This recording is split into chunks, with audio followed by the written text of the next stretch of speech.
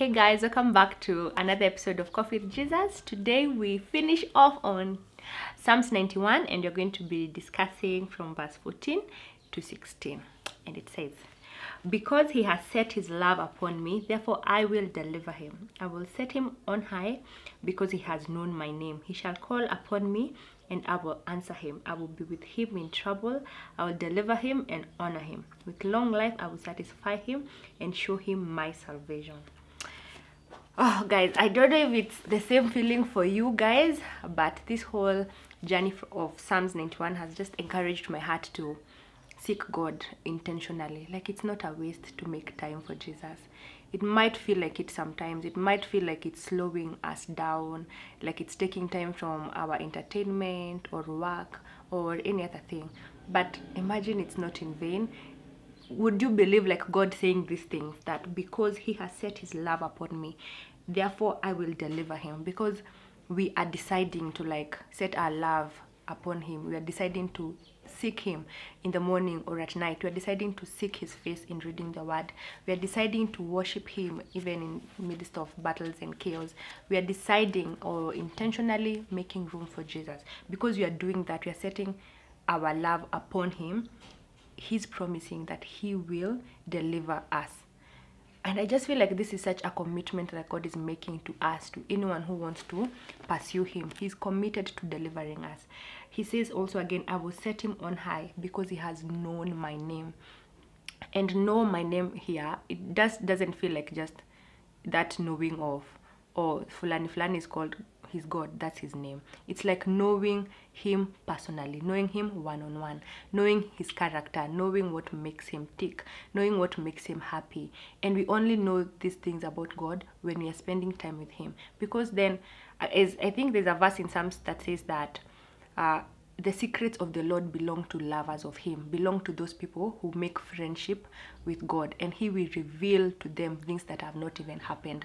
So there are so many promises and such a huge commitment that God is making for anyone who decides to know his name, who decides to set his love upon him. And even that setting him on high, because I feel like as human beings we always want to be set on high. We want to be, to be honored and all these things. And God promises the exact same things our human hearts and souls want. We want honor. God is saying, I will honor him. We want to be assured of safety. God is promising, I will deliver you. And then also he's saying that he shall call upon me and I will answer him. I will be with him in trouble. I don't know about you, but I want that assurance that every time I pray, every time I call to God, that God will hear. And not only will he hear, he will be with me in trouble. Yes, he might not make the trouble go away, but he will get me through that trouble. And I think there's nothing better than that. Getting through every trial, every test, every temptation with God himself. Like being assured that, like Kina Shadrach, Meshach, and Abednego, there's literally another man, the fourth man in the fire. And this is a promise that God is giving to us even right now. And he also says, I will deliver him and honor him. I don't know about you, but me, I want to be honored. And God is promising he will honor me. But the other thing with God's honor is it doesn't come in the same way that human honor comes. Because sometimes when we want people to honor us, we want to like give them gifts, we want to do good things to them, we want to show ourselves worthy of their honor, and then they might honor you. Even at work, maybe you want to like work hard, be there on time, do all these good things, so that your boss might see, recognize, and honor you.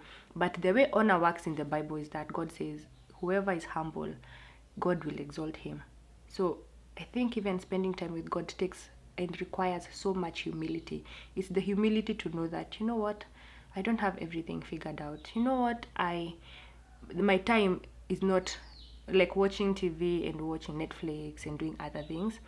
It takes so much humility to deny yourself of these pleasures and to take that time aside for God. So every time you're humble enough to say, I cannot, like the best use I can use of my time is literally spending with God, God honors that. He sees it and he honors that. And then lastly, he says that with long life, I will satisfy him and show him my salvation. I really want a long life, honestly. I feel like I have so many things I want to do. There's like so many places I want to visit, too much of life I want to experience, and I want to experience it in a wholesome and fulfilling way. And I want it to be like this. I want God to give me this, to give me a long life and still satisfy me with that, like a life that is satisfying and full and wholesome. And God is promising to give us these very things that we want. Lastly, and show him my salvation. Of course, God has already given us salvation through Jesus, because there's no way that us as human beings would ever have met the standard of God, like even coming to him in the secret place. We would not have been found worthy to come. Just like in the olden days, even the priests themselves, they had to like consecrate themselves, do so many things. And us, like if we were to just come to God by our own selves, by our own works, hatungefika mboga, like we would not even be worthy of it. But because God was looking for a man and he couldn't find any, God literally became a man himself so that he could make it possible for us to relate to him in a way that was, like justified for God. So thank God for Jesus, that now we have access to God in a way that we can come to him and cry, Abba, Father. And as we have read, he is going to hear us. He's going to deliver us. He's going to do all these very things that he has promised to those lovers of him. And I hope this has encouraged you in any way to literally just take some time to rest, to pause, and to make time for God. Because literally everything we are looking for, we are working so hard to get, they're all in the presence of God. The Bible also reminds us in Psalm 16:11 that you have made known to us the paths of life, and in your presence is fullness of joy. So if these are things that you're looking for, do not waste your time, do not waste your life looking for them in wrong places, in wrong people. These things will ultimately disappoint you. But if you're looking for them in God's presence, they are 100% guaranteed.